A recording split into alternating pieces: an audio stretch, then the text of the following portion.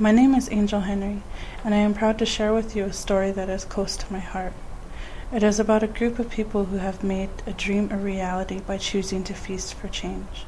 The journey starts in South Vancouver Island in March 2007 with some of the members of the Feasting for Change working group. This is me and my 3 boys, Perry, Marcus, and Andre, at the Say Out Feast last summer.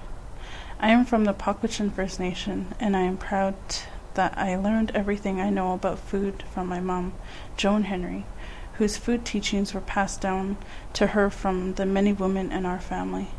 I have been part of the Feasting for Change group for the past year and a half and have loved learning more about my food culture. Harvesting, preparing, cooking, serving, and eating my traditional foods has always been important to me, but with this project I have had the privilege of gaining more knowledge and skills about the old way so I can continue sharing the traditional ways with the next generation. The souk hall was packed with families, and you could feel the excitement that feasting together inspires. Elders and young ones alike shared their stories about the old ways and encouraged the feasting to continue.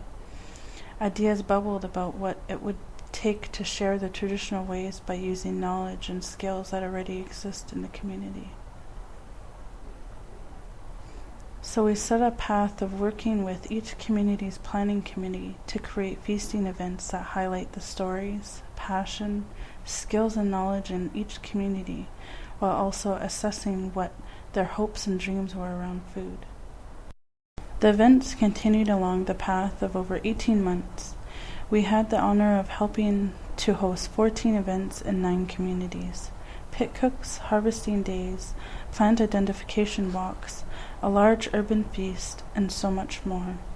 At each of these events, sharing and celebrating traditional foods as a community was the focus, but over time we learned that this was not the only thing we were celebrating. At many gatherings, community members said this was the first time they had seen a pit cook or tasted food in the ground. The first time they had tried salmonberry shoots or soapberries, or the first time they had walked in the woods to harvest sahal or fern. Many commented on their first time trying certain foods they had learned about from their parents, grandparents, or great-grandparents.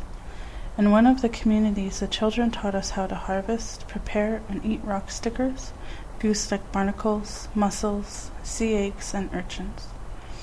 For many of us, it was the first time we tasted these foods. The energy and spirit at these events are powerful. There is always a true sense of community and coming together.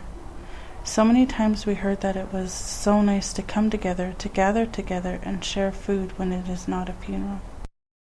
We learned so much about skunk cabbage.